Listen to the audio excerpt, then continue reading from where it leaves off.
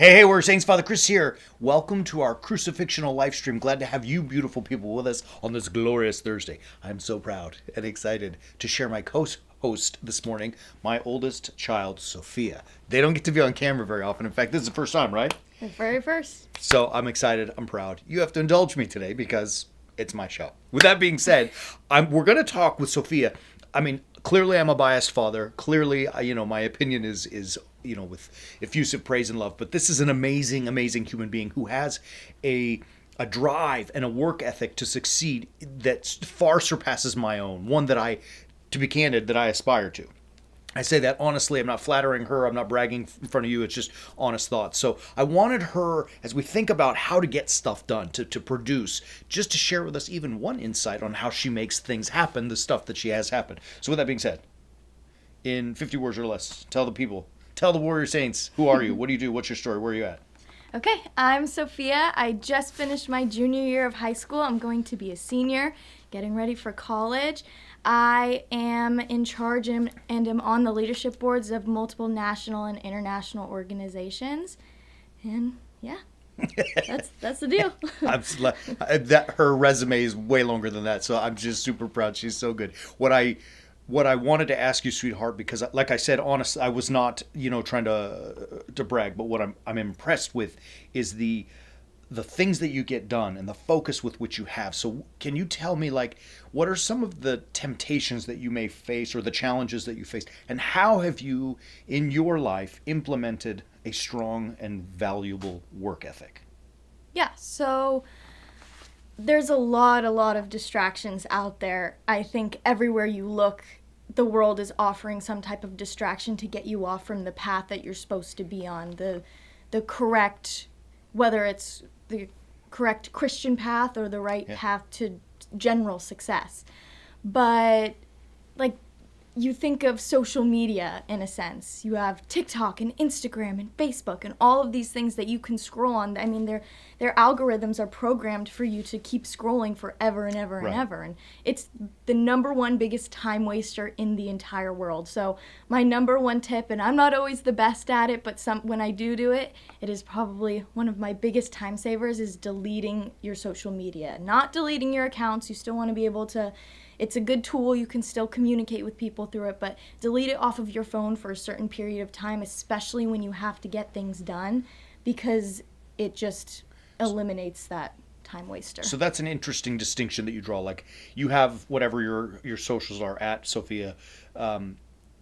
You take it off your phone when you want to get stuff done. You don't delete your account. Mm-hmm. So later, once you're through the stuff, you can download it again and start over.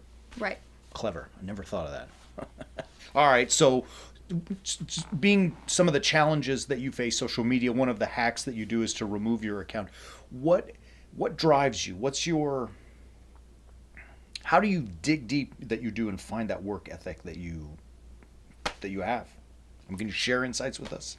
Yeah, I mean, I think that a big part of work ethic and having that drive is because you have to realize that you having a drive and you wanting to be successful also affects the people around you.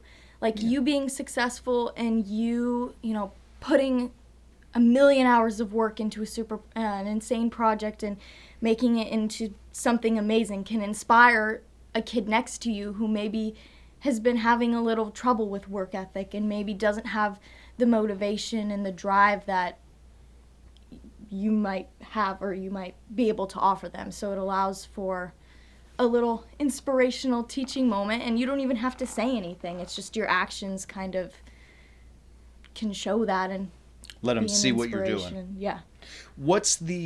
So if you want to succeed at something and work hard, I mean, I hear exactly what you're saying. Like I said, your work ethic has inspired people, me, right? So it's valid, solid. Is there a cost to having that work ethic? Absolutely. I think a lot of times some of our personal pleasures, like social media or like Netflix and watching movies and TV, kind of has to go out the door in order to achieve a different kind of success. It's kind of eliminating that comfort of having things that you like and that make you feel good momentarily, but in the long run, is that momentary happiness gonna give you happiness for a lifetime? Whereas, personal success, drive will give you, in my opinion, that long-term happiness and good feeling.